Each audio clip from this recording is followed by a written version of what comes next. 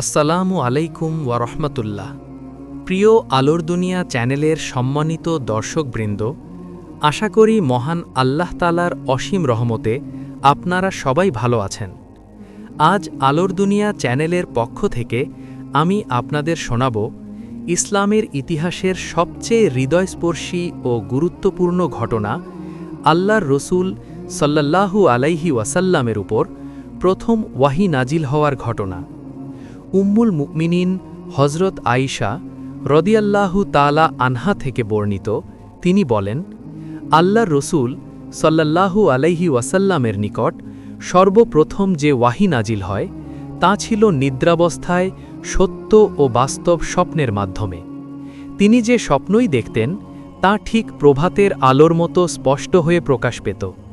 এরপর ধীরে ধীরে তার কাছে নির্জনতা প্রিয় হয়ে ওঠে। তিনি একাকী ইবাদতের জন্য মক্কার নিকটবর্তী হেরা গুহায় গিয়ে অবস্থান করতেন।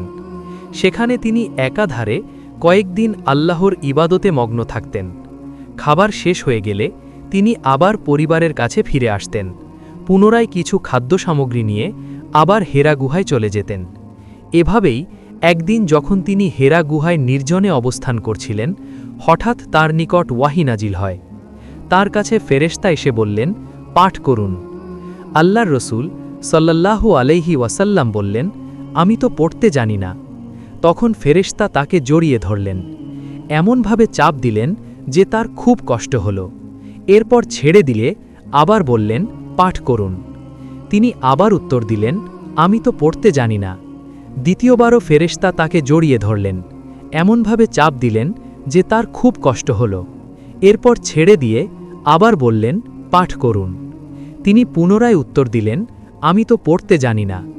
তৃতীয়বার ফেরেশতা তাকে জড়িয়ে ধরলেন, তারপর ছেড়ে দিয়ে বললেন, পাঠ করুন আপনার রবের নামে, যিনি সৃষ্টি করেছেন, যিনি মানুষকে সৃষ্টি করেছেন জমাট রক্তপিণ্ড থেকে।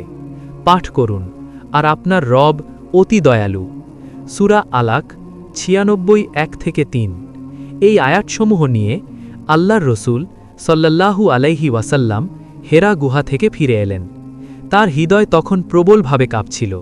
তিনি সরাসরি হজরত খাদিজা রাদিয়াল্লাহু তাআলা আনহার নিকট এসে বললেন, আমাকে চাদর দিয়ে ঢেকে দাও, আমাকে চাদর দিয়ে ঢেকে দাও। তারা তাকে চাদর দিয়ে ঢেকে দিলেন। কিছুক্ষণ পর যখন তার শঙ্কা দূর হল, তখন তিনি খাদিজা রজিয়ার কাছে সমস্ত ঘটনা বর্ণনা করলেন এবং বললেন, আমি আমার নিজের ব্যাপারে শঙ্কিত বোধ করছি। তখন খাদিজা রাজিয়া বললেন, আল্লাহর কসম, কখনোই না। আল্লাহ আপনাকে কখনো লাঞ্ছিত করবেন না।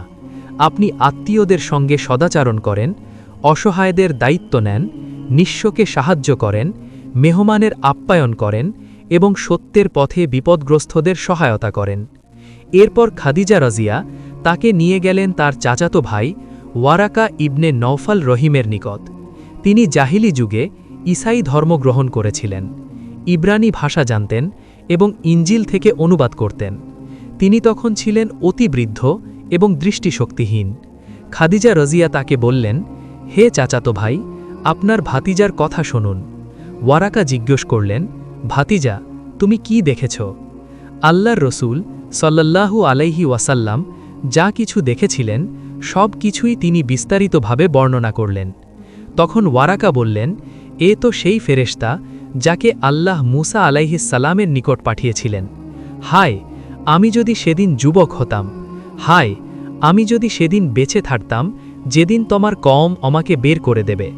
আল্লাহর রসূল সাল্লাল্লাহু আলাইহি ওয়াসাল্লাম বললেন, তারা কি আমাকে বের করে দেবে? ওয়ারাকা বললেন, হ্যাঁ, আপনি যা নিয়ে এসেছেন এমন কিছু যিনি এনেছেন তার সঙ্গেই শত্রুতা করা হয়েছে। আমি যদি সেদিন জীবিত থাকি তবে আপনাকে সর্বশক্তি দিয়ে সাহায্য করব। এর কিছুদিন পর ওয়ারাকা রহিম ইন্তেকাল করেন এবং কিছু সময়ের জন্য ওয়াহির আগমন বন্ধ থাকে।